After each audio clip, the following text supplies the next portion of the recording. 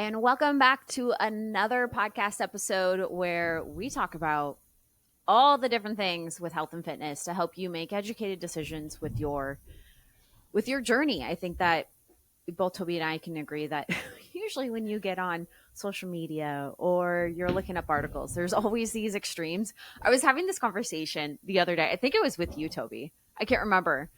But I just remember one day scrolling through like Instagram and just seeing all these extremes. Like one person's like, the reason why you have a pancake ass is this. I'm like, scroll. This is going to cause you cancer. Scroll. And then another person's like being the weird person with a camera in the aisle, just being like, don't eat this. This is going to cause. And it's just like, I think people that have something to offer or a product to sell feel the need to make extreme claims in order to separate themselves from their competition. Yeah. Right? Where it's like, join my program where we do this extreme thing and you should listen to me because I focus on these very minute yet very radical things. Yeah. Like, the reason why you are at a higher risk for esophagus cancer is because you are drinking beverages that are above 67.2 degrees Fahrenheit. And I was like, come on. You lost like 95 and like most of people right there. It's just, yeah. And this is something that people like literally this is what is taught when people are going into business for marketing is when you have these extreme standpoints, when you say these extreme things, when you stand for something that's different than everybody else, when you use this more fear-based marketing, people are more likely to pay attention. People are more likely to buy things. So it's just like it's like feeding the madness, and then you just get more extreme than the other who can do more than the, and then you're sitting here being like, this is absolutely ridiculous. No wonder why a lot of people aren't huge fans with the fitness and nutrition industry. It's just because it's just a bunch of extremes. So my favorite videos lately are the people who they like cut them together of all of those extreme claims of what not to do. Yeah. Right. And then they're like, surely I can drink water. And then it's like the next clip of like, and this is why water makes you fat. And then they like spit out the water. Right. And it's like, okay, so all I'm eating now is vegetables. And then there's this next person. This is why vegetables are bad for you. And then they like puke out the vegetables. It's and then they're left with nothing. Like you can look anywhere and somebody's going to say whatever you're doing is quote unquote bad for you. And so it just becomes ridiculous. And I think that's one of the reasons why people don't really take action, because they're just so overwhelmed with all that information. So the point of this podcast is a lot of these topics that you hear about, we're just going to sit down and we're just going to break it down, give you the facts as best as we know of today. Obviously, there's more and more information coming out, more and more research, but we want to just give you the knowledge to help you make an educated decision for. And that is, I have to preface this all the time. It's whenever I am working with someone or I'm explaining things, I will always stand behind what I believe or what I have learned, what I've read to be true. And whenever I'm trying to explain something to someone or help somebody, it's always from a standpoint of I will relay 100% of my knowledge on to you. But that doesn't mean that in a year and a half we learn something new, that I will now say something that is contradictory what I said in the past. It's just back then, that's what I thought was right. And now I may no longer. Yep. Right? That's the beauty of nutrition fitness. Like, we're in the baby years. That's the research, but that's anything and everything. That's the beauty of research, right? Like, it's in order for something to be considered science, it needs to be tested further and further and further, right? And it's a matter of, we do the study, and then within the study we have this hypothesis, right? This hypothesis we are testing, and we're either finding that to be supported or not. And then once we find it to be supported, we're making more studies and we're looking if we can now no longer support it, right? Research is always developing. We're always retesting certain subjects, right? Going into more and more detail. And the more we learn about things, the more nuances we find. And then the sad thing is there's a lot of people that get hung up on those nuances, right? It's like they make that out to be the end all be all. It's like, but there's so much more. There's so much context, right? And it's, hey, for this person, keto works, but for this person, keto doesn't work, right? So Context is king, that man. doesn't mean that keto is good or bad, depending on which pair of glasses you look through. It's good for the one person, and then they will talk to, hey, I'm doing keto, it changed my life. And then the other person goes, yeah, I tried that, it put me in a hospital. It's, you can't Context is really, king. It just depends. That's why, like, these it's, approaches, especially when it comes to nutrition fitness, on one side, it can be a little bit more of a general approach, right? You can take a program and help out quite a bit of people. But when it comes to like nutrition and health, it does need to get a little bit more personalized. Context specifically really does need to come in, because what serves one person is not going to serve another. And again, that's why we have this podcast, is to help you make educated decisions for yourself and what's going to be best for you, because there are certain nuances, right? So today we're going to dive into a topic that both Toby and I love talking about. We love talking about this one. We're so excited about it. And basically, it's going to be talking about all things building muscle, right? And I'm going to throw my own personal biases. I love it when people want to get strong. I love it when people want to mm, build muscle. And no, no. no, I said now.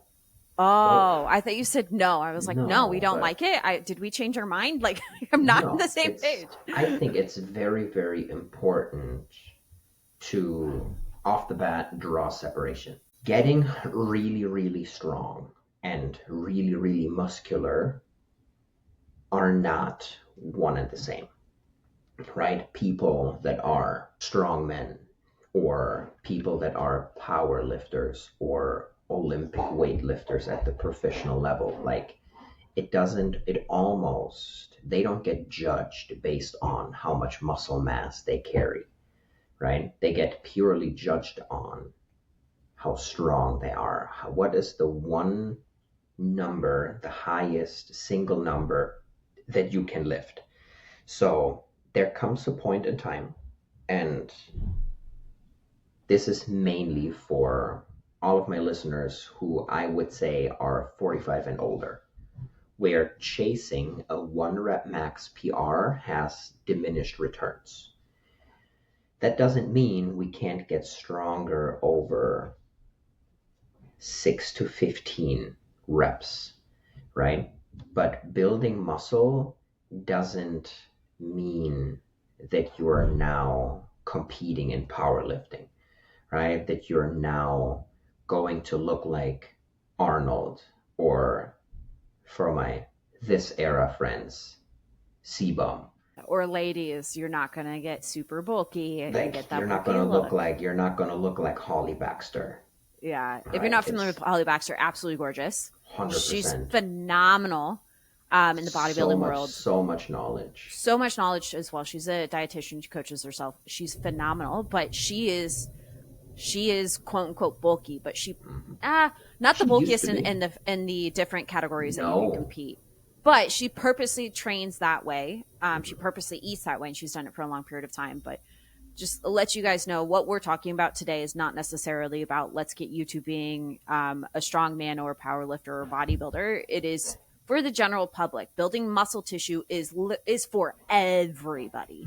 It is for everybody. And unless you purposely eat, you purposely train for years, I'm not talking a couple months, for years, you're intentionally doing this. And even then, a lot of people, because they don't have the genetics, still fall short.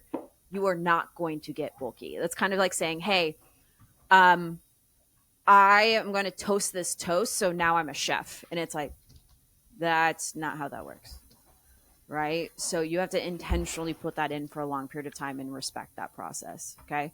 But our hope is by the time you're done listening to this podcast, you become obsessed with building muscle tissue, because There's so many benefits to it, and we'll go through a lot of them.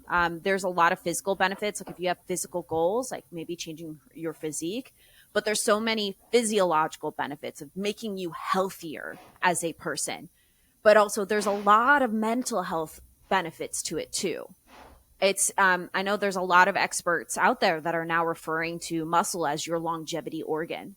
The For amount of sure. muscle tissue that you have within a certain point, right, Hmm.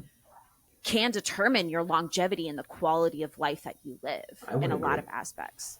Right. So we're gonna dive into it. Let's start with the physical side of things, Toby. Let's Yeah. start with that.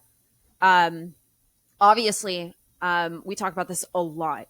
Hmm. If you want to, most people want to get leaner. Most people want to have that more athletic, I would say, or a fitter look, right? Well, what a lot of people don't realize is that it requires more muscle tissue than you think it does. Right? A lot of those people that have that leaner physique, they spend a lot of time building muscle tissue, and then they spend very short strategic periods of time in a calorie deficit, right? Hmm. You need to spend a lot more time building muscle tissue, which takes longer than going through a fat loss phase. It For sure. takes a lot more dedication. So when you actually see somebody who has achieved that lean athletic look, you'll see over not just a couple months, but a course of a couple years, they'll spend a lot of time building muscle tissue. And then they'll periodically have like these short fat loss phases to show off the muscle that they have built to a point where they feel very comfortable in their physique. And then all they have to do is just maintain that. Or if they want to keep progressing in some manner within their fitness, they can, but Hmm. that's generally the approach, right? is Yes. is that muscle tissue is imperative for that lean look that they're looking for. For sure. I think what we can do also, it's like when we're focusing on the physical side of things, Hmm. we can differentiate that into two different categories: aesthetics and performance. Yeah, there you go, I like that. Right? So when we're looking at it, aesthetics, think of aesthetics as improving my appearance. Mm-hmm. It's muscle definition and body composition. I think those two are, again, two things that we have to separate. Muscle definition is how well you can see your musculature, right? How defined are your muscles? Now, building up a muscle enhances that, right? But it creates that more, for my ladies, that toned and sculpted appearance, Mm-hmm. right? Which a lot of people find desirable. But in order to really achieve that, and the word in the bodybuilding world is conditioning, how well conditioned we are is purely just a matter of how little body fat do I carry. So a lot of that is revealed of the definition by dieting. Mm-hmm. Whereas the composition is usually reached by increasing muscle mass. Mm-hmm. And if we're trying to do that first, it helps keep that reduced body fat percentage. It contributes to what you already said, a leaner, more athletic look, because muscle tissue is actively metabolically active. Mm-hmm. It means it helps you burn calories even at rest, which Commonly is, known as like your metabolism increases, yes, which right? is why you see the people that are in this great shape eat like an asshole and they're still in great shape. Yeah.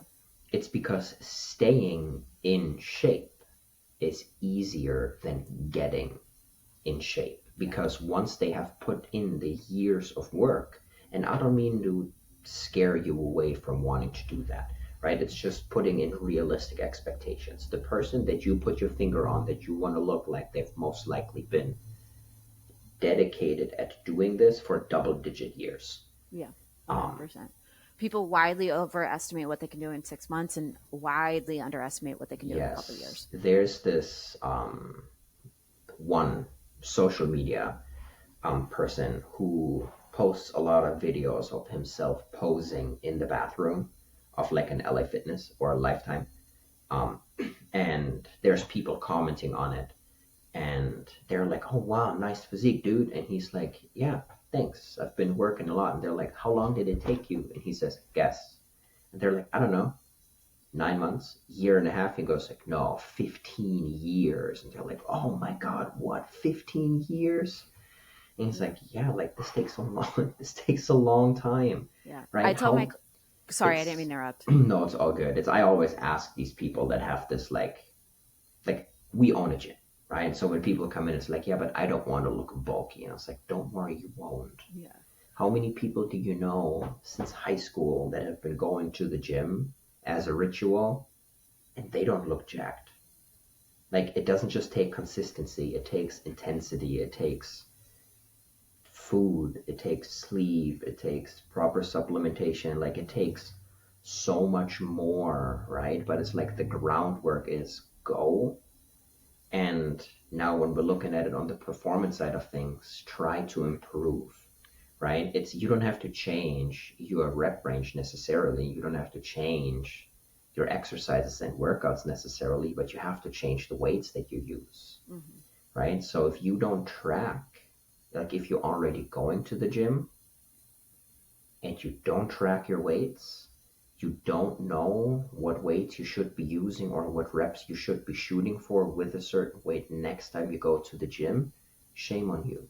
Yeah. You're leaving so much on the table. That's a surefire way of becoming that person that's doing all this work in the gym and spinning your wheels. Like, you It's don't, like, there's so many people are dedicating 45 minutes, an hour of their time. And these people are parents, and that time is valuable. And they go into the gym just kind of doing willy nilly, not really keeping track of things.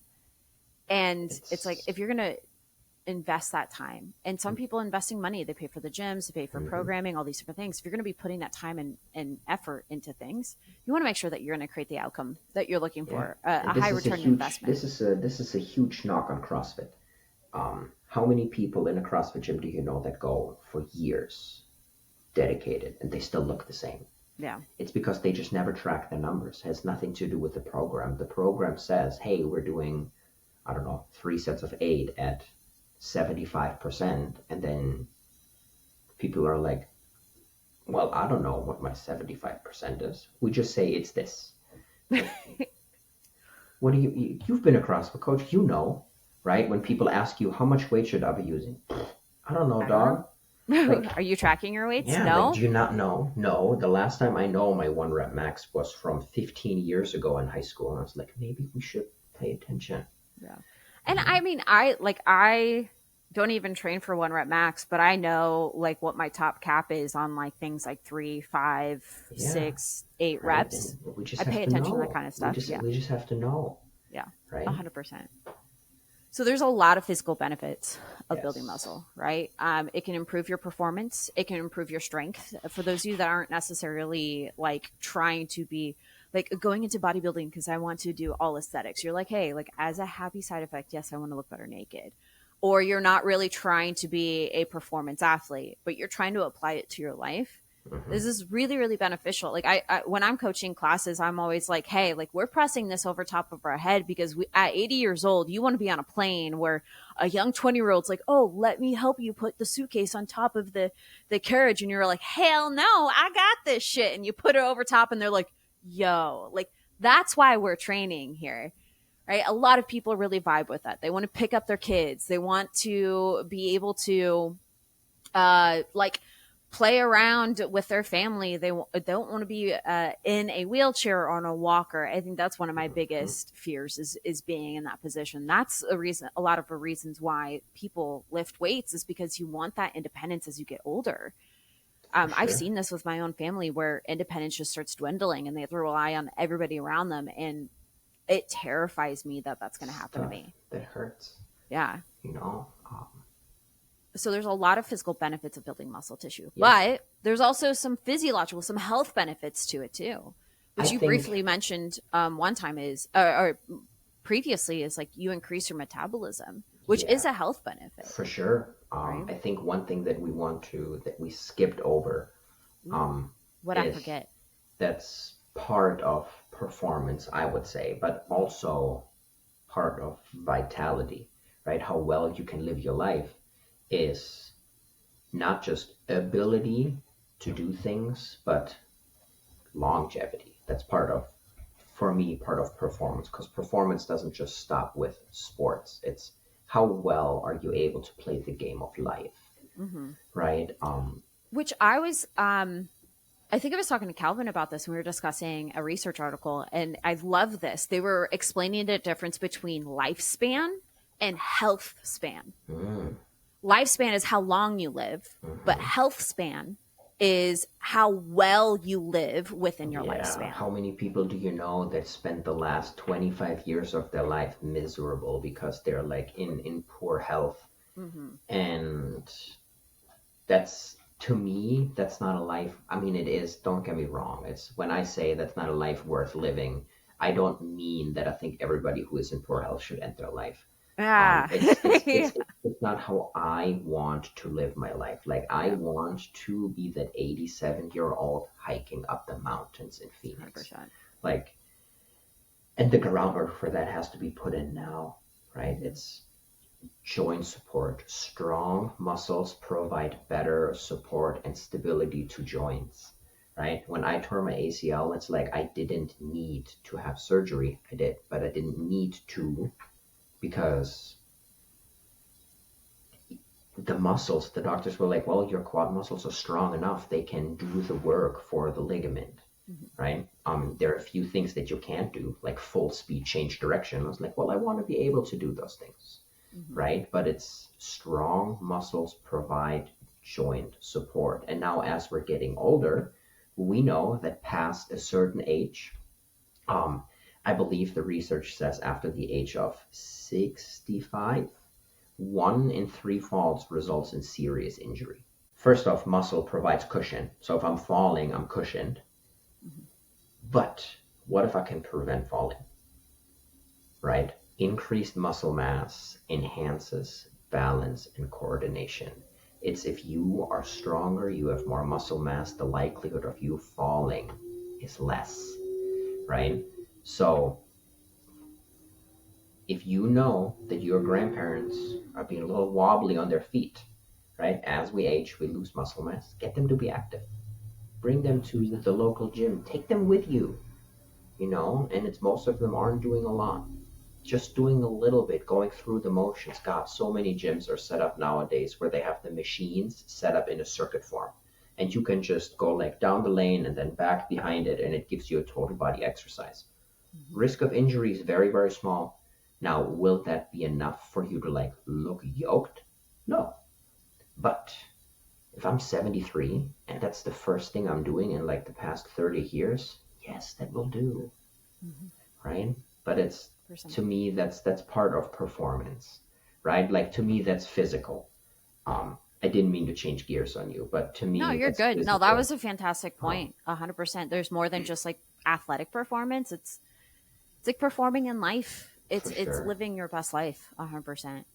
Let's go to the physiological then. Like, Yeah. okay, so we were just talking about increasing your metabolism. I mean, Hmm. that does have a hand in Absolutely. what you're talking about. Is being able to lose weight is going to be easier because you don't have to Yep. decrease the amount of calories that you're eating, but also the more muscle mass that you have when you get that lean look, it's easier for you to maintain. I think that's one of the things that a lot of people struggle with is they go through this fat loss phase and they don't pay attention to if they're building tissue Hmm. outside the fat loss phase or if they're maintaining muscle tissue during their fat loss phase. That's a big thing. A lot of people see extreme amount of changes with their weight, but Yeah. they're like, never asking the question of what that weight is comprised of. And a lot of times for a lot of people, it's a lot of muscle tissue because they're not Yes. strength training while they're doing it. Maybe they're not eating enough protein to maintain that muscle tissue. Maybe they're going such an extreme calorie deficit because that's a big thing within the fitness industry is how fast that we can lose weight. But the cost is losing a lot of muscle tissue. So now that their metabolism is super slow, they have to maintain eating very, very small amounts of food to maintain that results. Yes, because muscle tissue in itself, right? Burns a lot Again, of calories, is it right? contributes to a higher BMR, which Yeah. is just French for saying how you burn calories at Hmm. rests, Exactly. right? So if you're just And laying there, you're not moving, you're burning yeah, calories, and that's how many you're calories that burning you're you're burning. burning more. Yeah. So Yeah. and then when you're at that point where your metabolism is slower because you don't have a lot of muscle mass on Hmm. your body, maybe that your metabolism has adapted and slowed down. We talk about this a lot. Your metabolism adapts; it wants to survive. So when you undereat for a long period of time, it will adapt to it. It becomes very, very efficient and working on very little calories.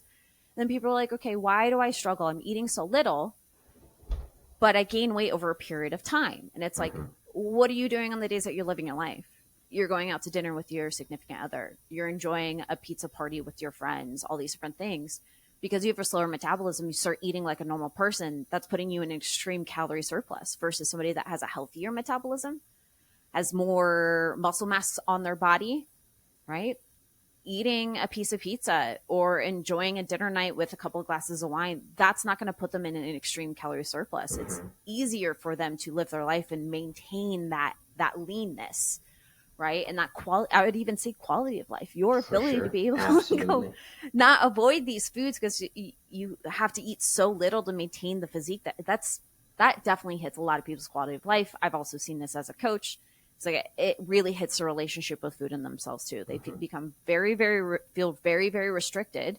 They get resentful almost to other people. Like, I even eat a carrot and I gain 5 pounds. I'm like, that's a problem. And they in some cases start creating like disordered eating patterns and things like that just because it Yes, becomes so because frustrating the whole it's a situation. correlation issue, right? But they're seeing it as a causation issue. Yeah.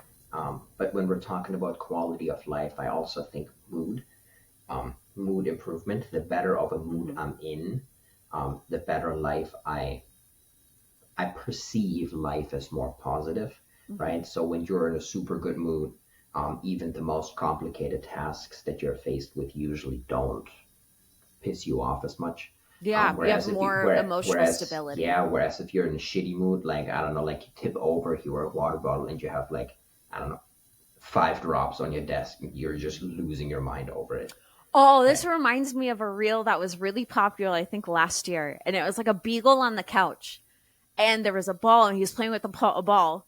And the ball falls on the ground. And he just flips over. His ears just flap in the air. And he just wails. And he's just like Yeah, this big old wail where it should have been like he should just stood up and just got just the ball got the and go ball back on the back. couch. But as simple as that. Yes, and That's exactly what I think when somebody is not in a good mood because of their yeah, diet or their fitness, and they yes, just exacerbate things. yes, and we know its research shows regular strength training improves mood, it reduces symptoms Mm-hmm. of depression and Oh, 100%. anxiety.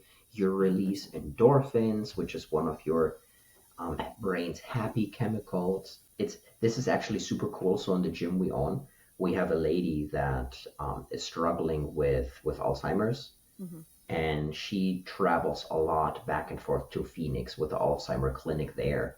And what they have told her was exercise, muscle building activities has positive effects on cognitive function and actually reduces the risk of cognitive decline and diseases like Alzheimer's. So if that's Yes. running in your family, right, and it may hit you even if it's running in your family or not, being physically active helps, right? 100%. Gets Keeping going. sharp. It's really good for mental health. I also want to point out here, I follow this guy. His name is Dr. Chris Lee.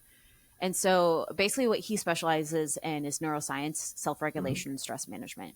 He came out with a reel the other day, and I actually sent it to a couple of clients that were really working on stress management, really understanding what works best for them. Because when they are stressed, the poor eating habits start coming out, the lack of wanting to work out, the lack of wanting to take care of themselves starts coming out. So we're really focusing on managing their stress.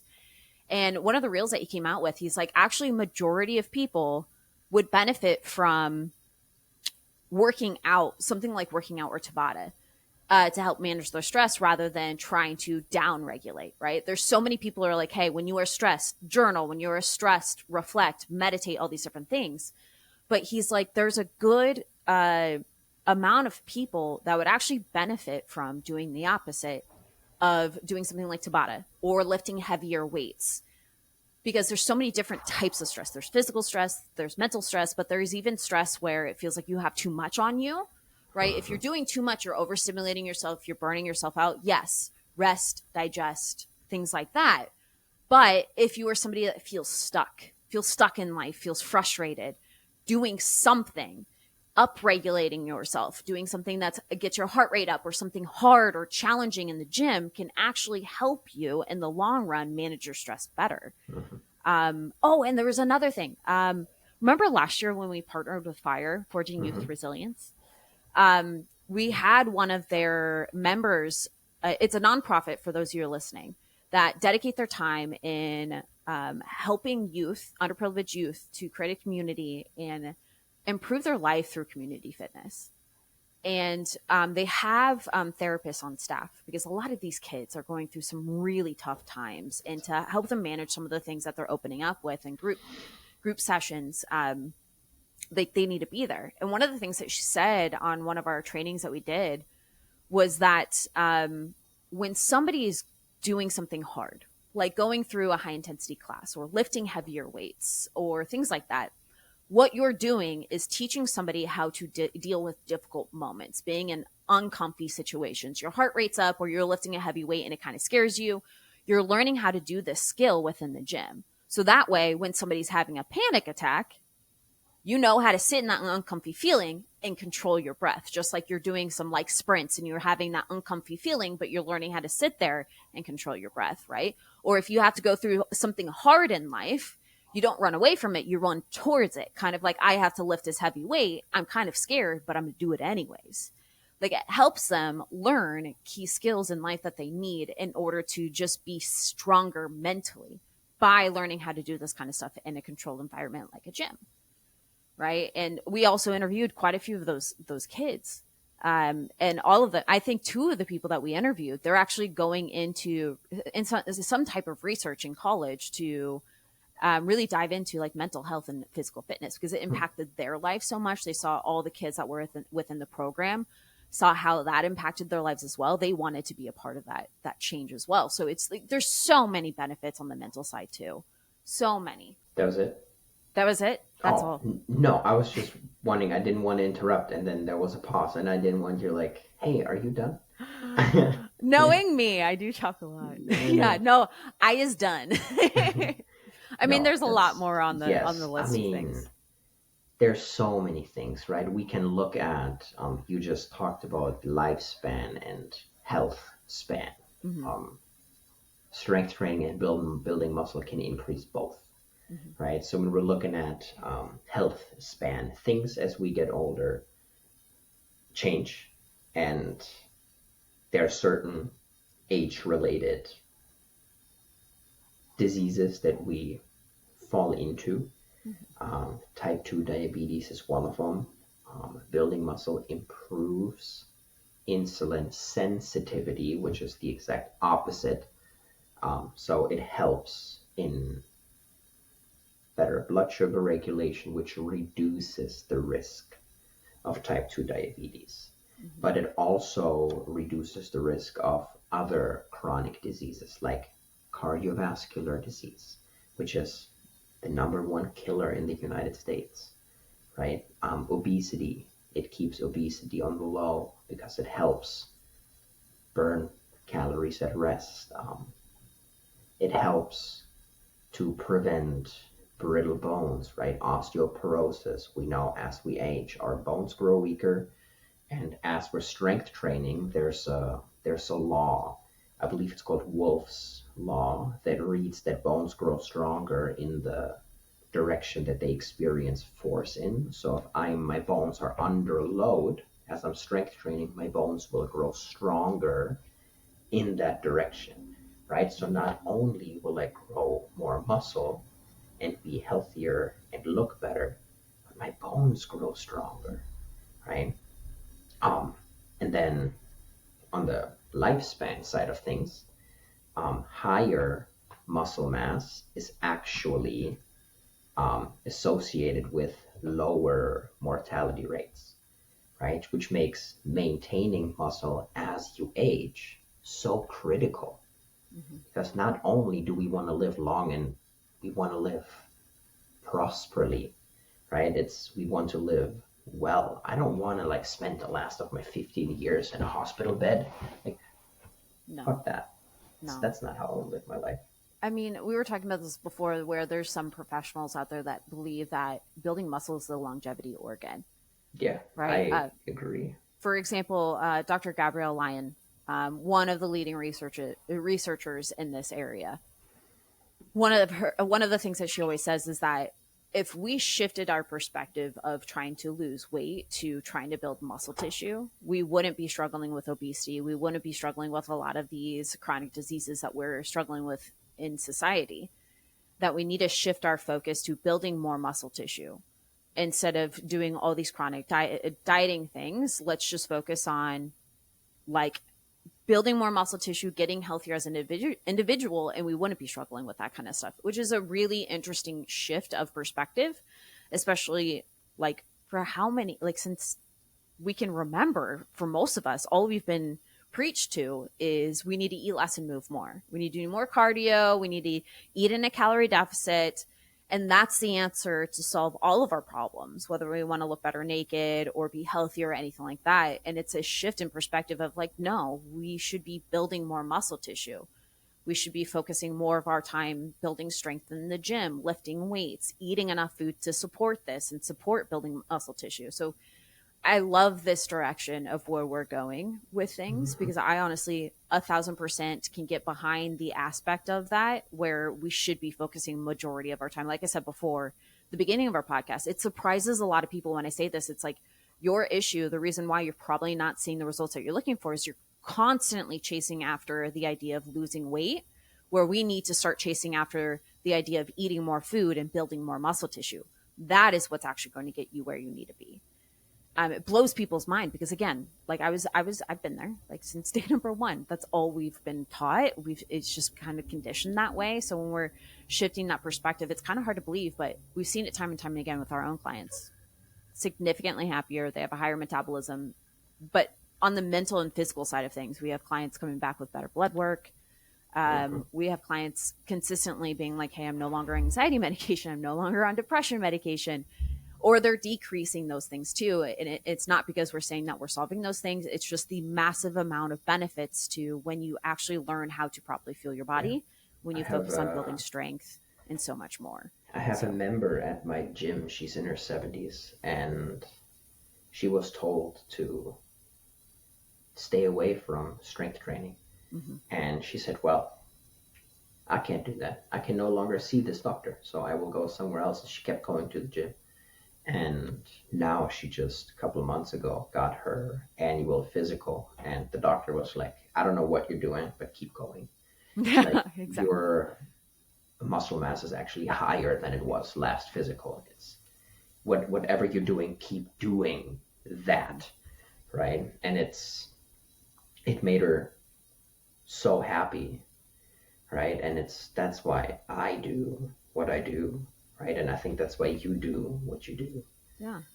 Because you're giving people a chance of giving them their life back. Yeah, exactly. Right? We're going away from the idea of I need to baby myself and be super careful and hope that I'm like cradling myself. It's these helicopter parents, we see it all the time. It's they create more children that have higher susceptibility of getting sick than people that raise their children on a farm, right? Where it's like, hey, go play in mud, right? And it's like, go be dirty. I'm not saying go be dirty, right? But it's do like, hard things. Yes. Go live your life. Challenge yourself. And it's like the kids that are not sanitized every time they come in, that play outside, that eat the sand cake that they bake, that have exposure to lots of variety of foods. None of them have these weird, super strange things that kids nowadays have, right? I don't know. We're trying to be Bubble Boy. That's exactly what I was thinking. It's like Bubble Boy. I was picturing Bubble Boy in my mind. We're trying to be Bubble Boy, and I don't blame anybody because the internet has so much extreme information, right? Go flip your food packet around. If there is this ingredient in there, it's going to kill you, right? So it's like, There's even this new trend online where other girls on there is like, the reason why I look leaner is because of cortisol, and it was because I'm not allowed to lift heavy weights because it puts too much stress on my body as a female. And I'm like rolling my eyes at this. It's like, Do you know no, what the whether you're news? a man or like whether you're a male or a female or what have it, any gender that you relate to, okay? Lift weights, lift heavy Rachel weights, just, do it often, recover, yes, fuel your do it body, again. and watch yourself grow physically and mentally, Yeah. and watch your lifespan, your health span just increase exponentially. To cap this trend of extremes, Rachel just sent me a reel of this gal explaining that the key to her weight loss journey was coffee enemas. So she just lays in her shower and takes a tube that she puts up her butt, and she just infuses coffee in her butt. And that's and I thought she was kidding. I was like, that's gotta be a joke. She was No. dead serious. I was like, I have to get off the internet. Yeah. There's a reason why I haven't been posting so much. It's because I don't know if it's just because I'm in this mindset where I'm just I don't seeing all know. these things. It's Kind of I like you just buy a white car, now all you see is white cars. But I'm just like, gosh, I really do hate a lot of the people in our industry. I There are know. good ones. Don't get me wrong. There are good ones. There's just not enough. There's more of those types of people where they're doing coffee enemas. And what the frick? It's so shocking. Gosh, yeah. So again, like I hope by the time that you listen to this podcast, you're understanding that. And you stop putting coffee up your butt. Yeah, don't put coffee up your butt. That's number one. That's a big takeaway. we If do you want to not. be if you want to be crazy, use hot sauce. We do. Do not. That's takeaway number one. Do not put coffee or hot sauce up your butt. Okay, Yes. no matter what Toby says. I think he's just looking for the story right now. He's just egging you on. That number two is I hope you understand how important it is to build muscle, whatever goal that you have, Absolutely. whether it is you that you are like your gym member that's 70 years old, Hmm. lift weights. I was also talking to an individual in the gym that I was coaching. He was like, I mean, I feel like after like 35, you shouldn't be deadlifting. And I was like, why? And he's like, I just feel like as you get older, you shouldn't be doing that. I was like, no, No, still you should be deadlift. lifting any capacity at all, like as long Yeah. as you can. Like obviously, you're probably gonna have to shift things a little bit I as you get mean, older, you depending don't have on. to chase a new one rep max, but you should probably still do the one of the best compound movements that you can do. Yeah, 100%.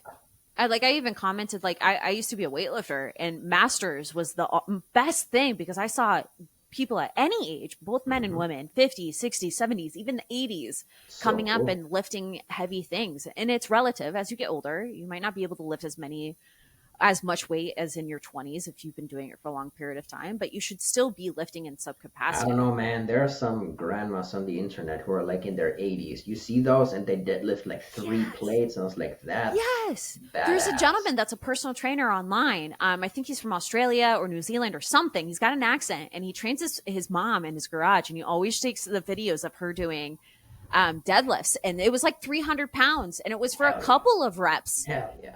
Right. And I was like, damn, I want to be that person. I Right. want So, that to be my mom. yeah, I want to be like, if I become a mom, I want to be that mom, I want to man. be that mom too. He's like, God. Okay. So, again, whatever goal that you have, building muscle is going to be fantastic for It's you. gonna help you. Right. Unless So, your goal is to have less muscle mass, then I guess no. yeah. But So lean into it. Okay. I think, one of the podcast episodes that we're going to have to do in the future is like best practices on how to build muscle oh, I tissue. like that. Yeah, let's do that. Like the basics, not overcomplicating things. It doesn't need to be overcomplicated. But I think one of the big ones is just make sure that you're tracking your weights. If Hmm. you don't, please do so. I mean, like we have any of our clients that are doing our programming right now. We have specific areas where they can track their weights and they can click a button and they can see easily what they've done in the past. We make sure that they keep, it's called progressive overload. So that way you don't spin your wheels in the gym. So if that is something that you aren't doing, that's another takeaway. Start tracking your weights, whether it's in a notebook, in Yes. your notes, in an app, what have it. Just track your weights. Make sure that you're starting to increase that over a period of time to help build that strength and build that muscle. But beyond that, we best bet see you guys lifting some weights. Cute. We want to see people lifting some weights. But if you have any questions based off of this, let us know. We will be doing another episode on this on how to build muscle tissue. And then I believe another topic that we're going to be diving into is Ozempic too, which is a big one. We have some other podcasts. I just talked about it to somebody this morning and yesterday at Costco. And yes, I talked about it today too with somebody. As well. Like That's a big topic. Cool. I have people, and this is just totally off topic, but people who are listening to our podcast and I just get like random from like an episode that they have listened to, I get like random conversation starters now. Like I was at Costco and somebody was like, hey, I listened to your podcast. Like I heard you're famous, Toby. I know. We were talking about Ozempic and I now know that this was not the right way to lose my weight. And I was like, oh my God, congrats on losing weight. But how so? Right? And they were listening to the episode where we were kind of like, we did the little rabbit hole. Yeah, where we were Which one was that again? Oh, you remember? I don't know. I don't remember. I know. But we were rabbit holing on which we do. We do that. That was so cool though. Yeah, you're famous now. It was a gentleman from a golf course. Oh, nice. Yeah. See, people recognizing you that you don't even know. Yeah, and then I had somebody else talk about us, flag me down for blood work. It's like, hey, nice. What blood markers should I test? So super cool. Super cool. We like that. Awesome. Right? So because of you see me, you see Casey in person. Talk about us. Talk to us, not about us. Talk to us. It Don't helps. talk shit behind her back. No, but tell me what you say. Oh. It's like, I want you to talk shit about me and then to me. So I want to be part of it because I love to talk shit about myself. We were talking about what do you do if you think that you have hormonal issues? I think it was that podcast episode. Yes, I think you're right. Into. I was looking it up. But no, I say don't talk about us behind her back. I'm a dainty dandelion. Don't hurt my feelings. I'm not. It's like, if you talk shit, feel free to do so. Feel free to tell me that I'm wrong, but be ready for a discussion. Yeah, you are that. You're definitely down for a discussion. Yeah. All right, guys. Well, thank you for another podcast episode. Just like Toby was saying before, if you love the topics that we're talking about, feel free to reach out. If you have any ideas of what we can be diving into or any topics or questions that you have based off of what we're talking about, we're more than happy to discuss it with you. Again, we're just here to give you the information you need to make logical decisions about your nutrition and fitness. So another favor to ask is that, while we do this for free and we love doing this, our mission is to get as much of this out to as many people as possible to help them become the CEO of their health. And we can't do it without you. So if you like what we're doing, rate us, leave us a review, share it with your friends, share it on your story, help us get that good word out. We will, trust me, we appreciate it more than you know. And day by day, we'll get a little bit bigger. We'll touch a few more people. We'll get a little bit better, but not without you guys. All right. That reminds me. I think it was the University of Nebraska. Don't they have that prayer? Day by day, we get better and better. I don't know. I'm from Nebraska and I have no idea. I know. It's like day by day, we get better and better till we can't be beat. I think so, maybe. Something like that. So day by day, we get better and better until none of y'all are sick. Yeah, there you go. Until all of you guys are the CEOs of your health. I love it. Right? I love it. All right. We're going to wrap this up. I got a client call, Toby. Let's go. That started 10 minutes ago. I know, me too. We got to go. If you're one of our clients listening, we're sorry. We love you. We'll talk to you soon. All right, guys. We appreciate you guys. Keep doing the damn thing. Until next week. Bye. Bye.